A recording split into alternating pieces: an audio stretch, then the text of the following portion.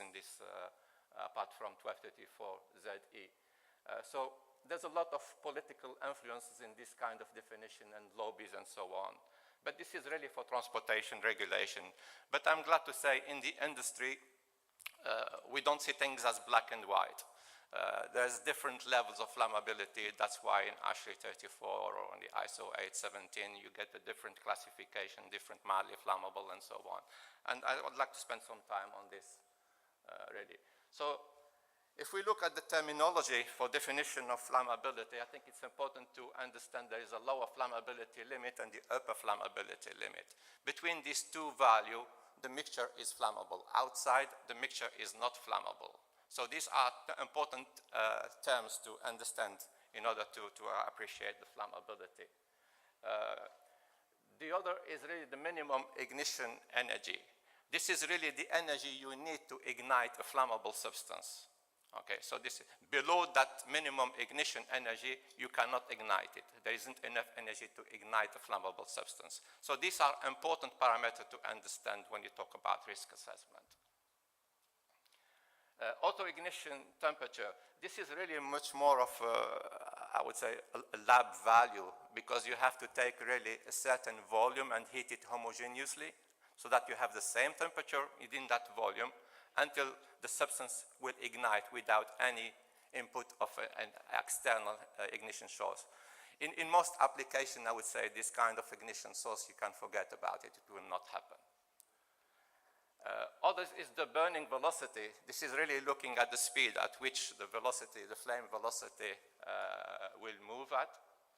There is also the term of pressure rise and the rate of pressure rise, and also the heat of combustion of a flammable substance. So these are all the parameters that one really should understand before talking about risk assessment and flammability. The flame limit is usually measured in, you're following the STM in a 12-liter flask.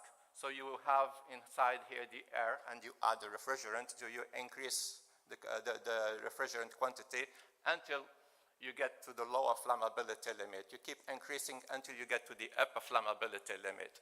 And you can do that at various temperatures, and you get lower flammability and upper flammability. So in this area, the mixture is flammable. Outside this area, the mixture is not flammable. So these two values are quite important to have.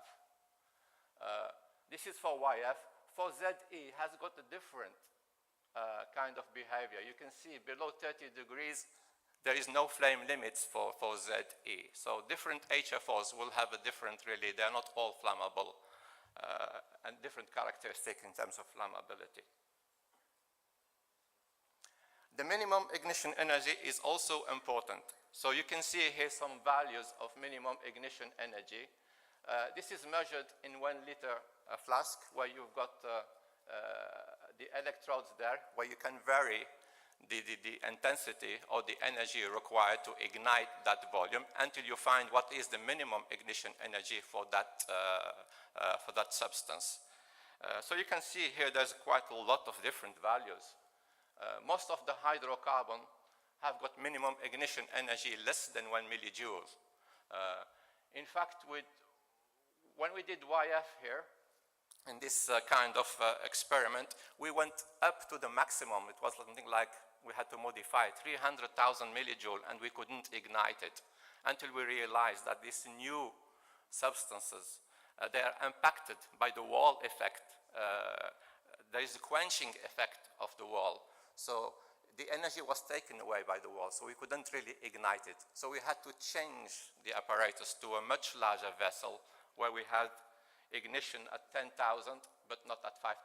So YF will ignite between these two values. ZE is not flammable at ambient condition, but we did the experiment at 54 degrees C, and it's got an ignition value of 60,000 millijoule. 5 minutes. So I better hurry up then. Okay. The burning velocity, and then you can see that this is measured in this one tube here. You have ignition and you get flame. You can see the R32 flame, and then you get the camera, so you measure the distance or the time taken between 2 points. But for YF, it has quite difficult to measure the flame extinguishes about 2 centimeters from the ignition source. We had to do that using a different method, Schlieren photography, and we came to this value, 1.5. So you can see this is an important value that will be used later for classification of the fluid. Here you can see the flammability property, really. We talk here about what's the chance of the flame occurring. It depends on the ignition, and it depends on the low flammability limit. So you can see that for hydrocarbon in general, as I said, they've got the minimum ignition energy less than 1, but they also have a lower flame limit, which means that the slightest leakage of a hydrocarbon, you can have an ignition, because the combination of the existence of the ignition source is very likely, even static, will ignite a hydrocarbon. While if you look at this refrigerant here, you really need a very high leakage to reach the low flammability limit. This is in a logarithmic scale. So you can see for HFOs, it's really something like, 5,000 times more energy to ignite HFOs. ZD is really right to the top there. And this is really looking at the effect of the flame. And the effect is really the heat of combustion and the speed of the flame. So you can see ASHRAE classification in the past. We had class 3 and class 2. Today, there is the introduction of class 2L, which burning velocity less than 10 centimeters per second. So within this class 2L, you can see there's ammonia R32 and the HFO 1234YF and ZD in there. This is also another experiment that will give you an indication of really the pressure rise in the system. It's very visual. This is a cube, transparent cube, where we have an ignition. The top surface of the cube, we have some holes, and on each hole we have a ping pong ball. So as the pressure increases, you can see the ping pong ball flying. So with hydrocarbon, you can see even the flames going through those holes. With HFOs, the ping pong ball don't even move in there. In fact, we have to have an additional ignition source because it needs a higher ignition source. I would skip through that because I realize there is a presentation later on the ISO 5149. But basically, you classify the safety of the refrigerant, the occupancy category, and the location of the refrigeration system. You got the ISO table, an example of formula for the maximum charge of refrigerant. Here is an example for hydrocarbon and HFO, different charges involved. ATEX, very briefly, just it's really for European, but there is no need, there's no reason why it cannot be used outside that, because ATEX is simply about risk assessment. The first thing that ATEX asks you to do is to really look at the risk of creating an atmosphere, an explosive atmosphere. So through a risk assessment, basically, you identify what's the possibility of having a flammable substance and try to eliminate that. One of the easy ways of eliminating an explosive atmosphere within ATEX is really through ventilation. So if you have a proper, well-designed ventilation, you remove the risk of having an explosive atmosphere. If you cannot do that, just make sure that within that atmosphere, you do not have an ignition source.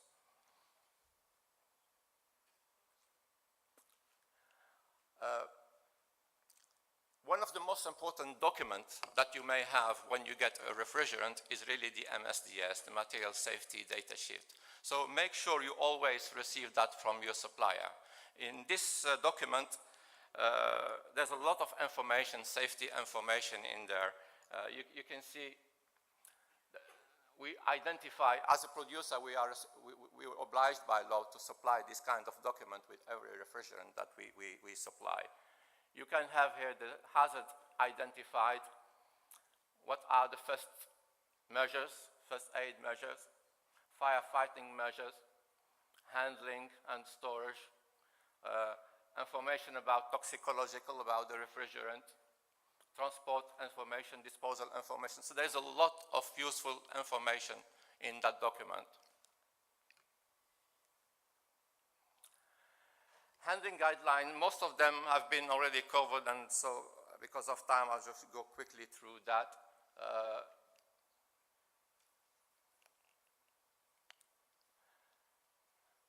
Really make sure here of the cylinder or the refrigerant always stored in a well-ventilated room, away from sunlight.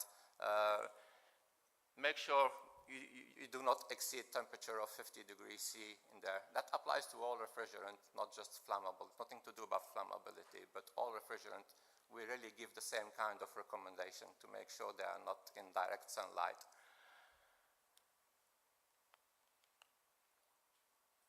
Avoid, as I said, flammability mixture.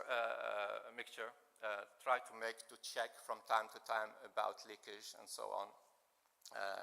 We've seen with the F-gas, we're going to be checking for leakage and so on, but it doesn't have to be for environmental reason, for safety reason as well. There are a lot of portable equipment that can be used to check for leakage and so on.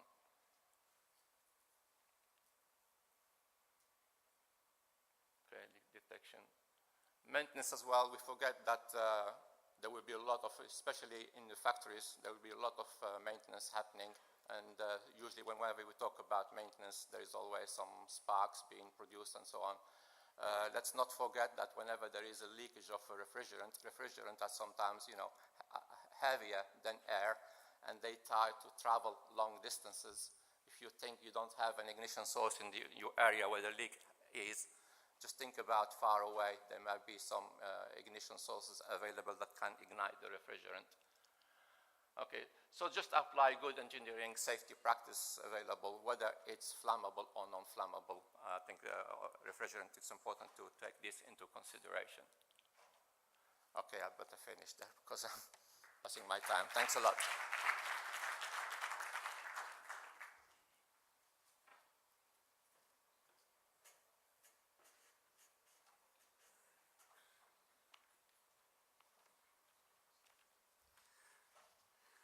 Well, so far I think that the speakers in this forum deserves the medal of timekeeping. No, we're doing okay so far. Thank you very much. Our next speaker is Dr. Lee Ting's son. Dr. Lee is in charge of the research and development in the area of low global warming potential refrigerants in media. Dr. Lee also serves as an associate professor at the Yat-Sen University in China and a member of the RTOC UNEP group. Today, Dr. Lee will inform us about MIDEA and the Tianjin Research Center experience in the area of risk assessment using R290. Dr. Lee, floor is yours.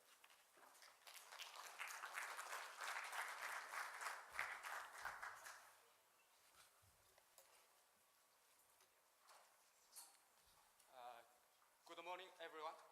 First of all, I would thank the conference organizer giving me such a great chance to share our experience on research and the development of R290 air conditioners. Okay. Where is my presentation? No? Here you are. Okay. My presentation will focus on these three parts. First, challenge of high ambient temperature. Why we are here today? Because the Central Asia areas have very high ambient temperature. Thank you. And some of them may,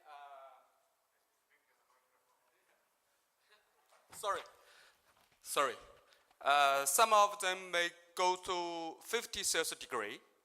So high ambient temperature takes lots of challenge. For example, cooling capacity decrease.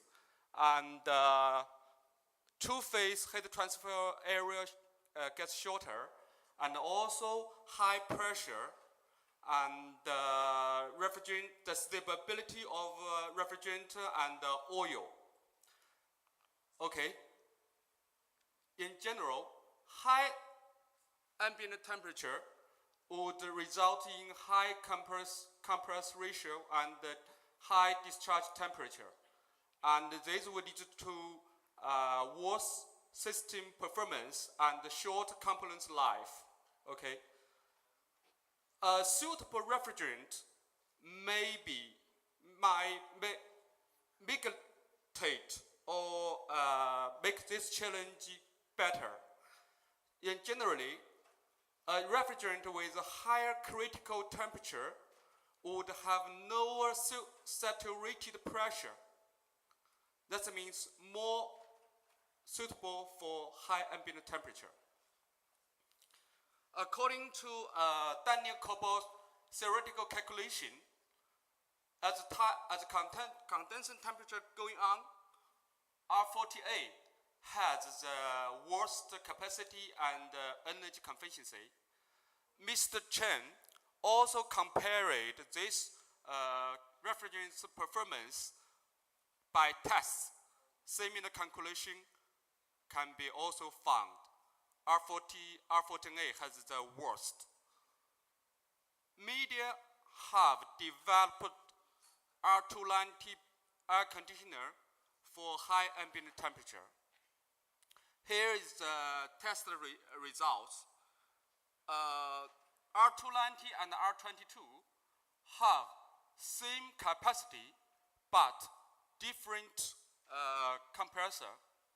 The products from 12K to 21K, it will be found R290 has 8% to 50% higher energy efficiency.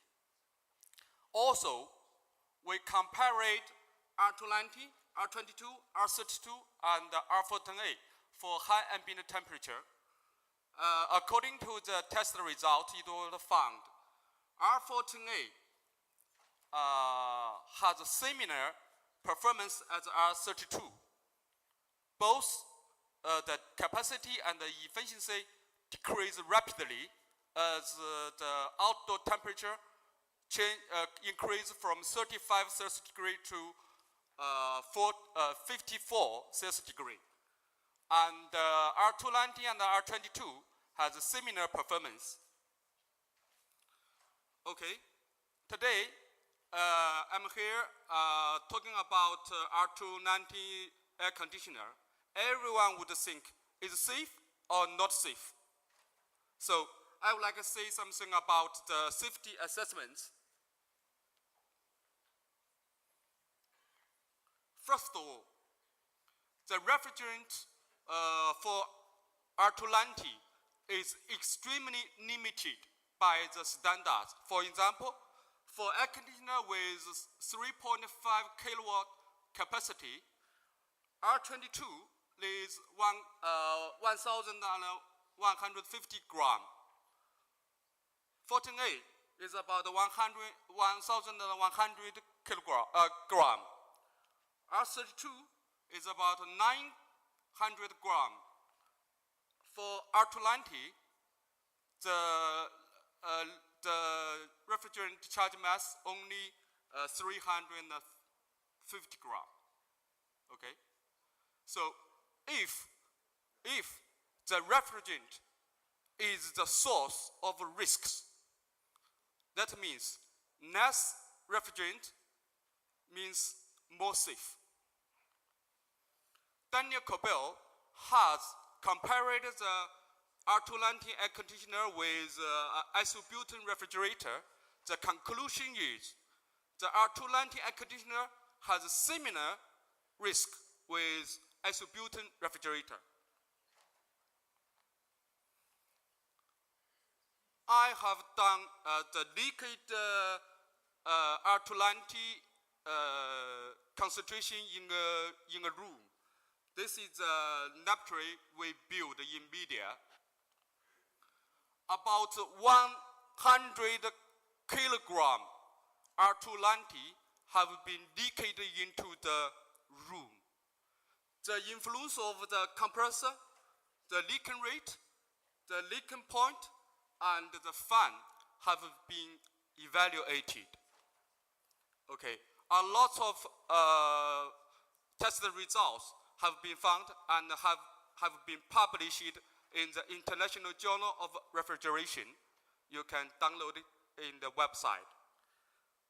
The main conclusion is, at the floor level, the concentration within the room cannot reach the no flammable limitation. However, the concentration approach the low flammable limitation in an extremely localized region, which directly underneath the leak position or leak point. Okay, here is the conclusion. At the floor level, the concentration within the room cannot reach the low flammable limitation. Directly underneath of the leaking point can become flammable. However, the positions which are marginally apart from the leaking point will be far less than LFL. Risk of ignition of the residential air conditioning has been performed by Tianjin Firefighting Research Institute, which is a national one. The test was performed in a specially built room, which have 16 square meters. An electrical ignitor was used to do the test. And during the test, it was found the liquid R290 was very hard to ignite. So, in order to perform the test, a diffuser was used and ended to the leaking point to expand the flammable volume. So this is the diffuser. About 30 tests have been finished. Only one time the fire propagation was observed. The propagation lasts less than 2 meters and 2 seconds. Here's the video. The left one is the ignition without propagation, and the right one is with propagation. You can see the result, okay? The temperature within the room were measured. You will find the point T6, which is most close to the air conditioner, has the highest temperature, about 238 Celsius degree. Also, 5 heat flux sensors placed around the air conditioner to measure the heat flux. The point H1 has the highest heat flux, about 3 kilowatt per square meters. So you may know the standard designed firefighting number for normal building is 5 kilowatt per square meters. In order to melt a glass, at least 4 kilowatt per square meter heat flux is needed. So 3 kilowatt is not so high. The overpressure were also measured. You will find the P1 have the highest overpressure, about 6.5 kPa. This number can only make glass broken.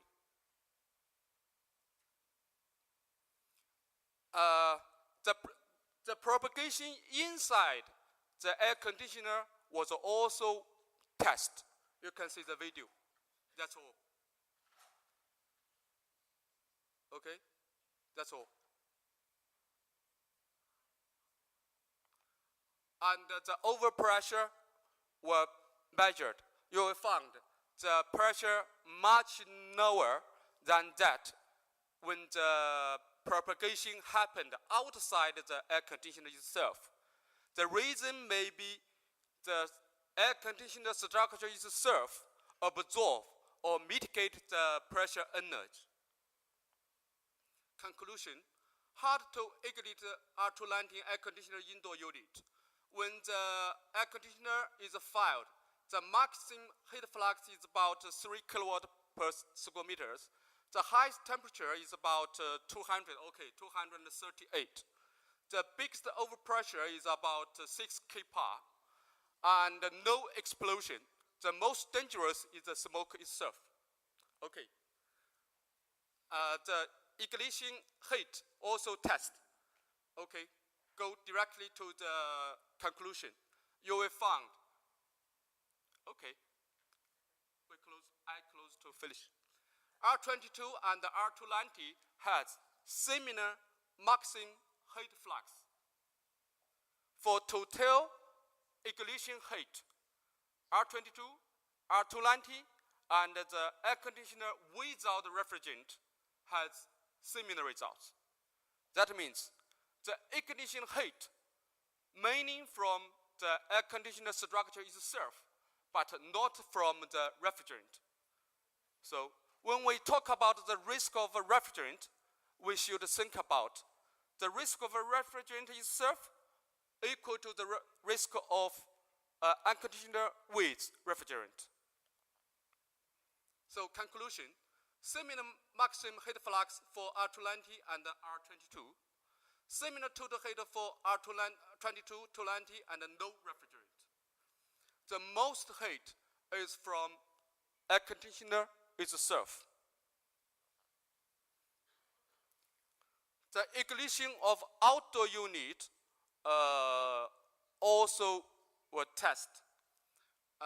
When we're talking about R290 air conditioners, one concern is if there is a fire of outdoor unit, if it fire another one, so according to the test, it's found that hard to ignite the R290 air conditioner outdoor unit.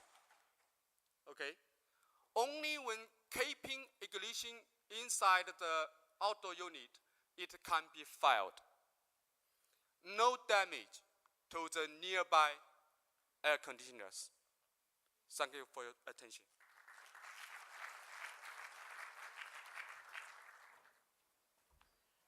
Thank you, Dr. Lee. I'm sure the research that you heard from Dr. Lee on the equipment side, now we'd like to hear from the component side. So we have with us Mr. Li Zhang, and he's going to talk to us about the design characteristics of 290 compressors based on the refrigerant thermodynamic property and safety consideration. Mr. Li Zhang is a senior engineer at Shanghai Hitachi Compressor Company. He works mainly on the research and development of compressors with low GWP refrigerants. We worked with Mr. Li Zhang and the Hitachi Highly on the Praha project, and they were quite helpful with us. So, Mr. Li Zhang.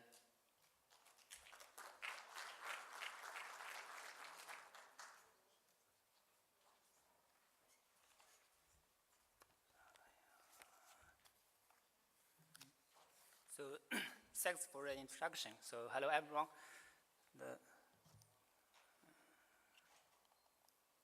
So the topic of my presentation is development of R290 compressor used for air conditioner. It includes 4 parts. First, the brief background introduction, then the development of R290 compressor development, safety issue with the R290 compressor, finally the conclusion. So in recent years, with the increasing environmental problems, so refrigeration and air conditioner industry are paying more attention to the refrigerator replacement. I think this is a trend of refrigerator replacement. With this trend, I think maybe the new refrigerant should have zero ODP and zero GWP. With this trend, maybe the final refrigerant is CO2.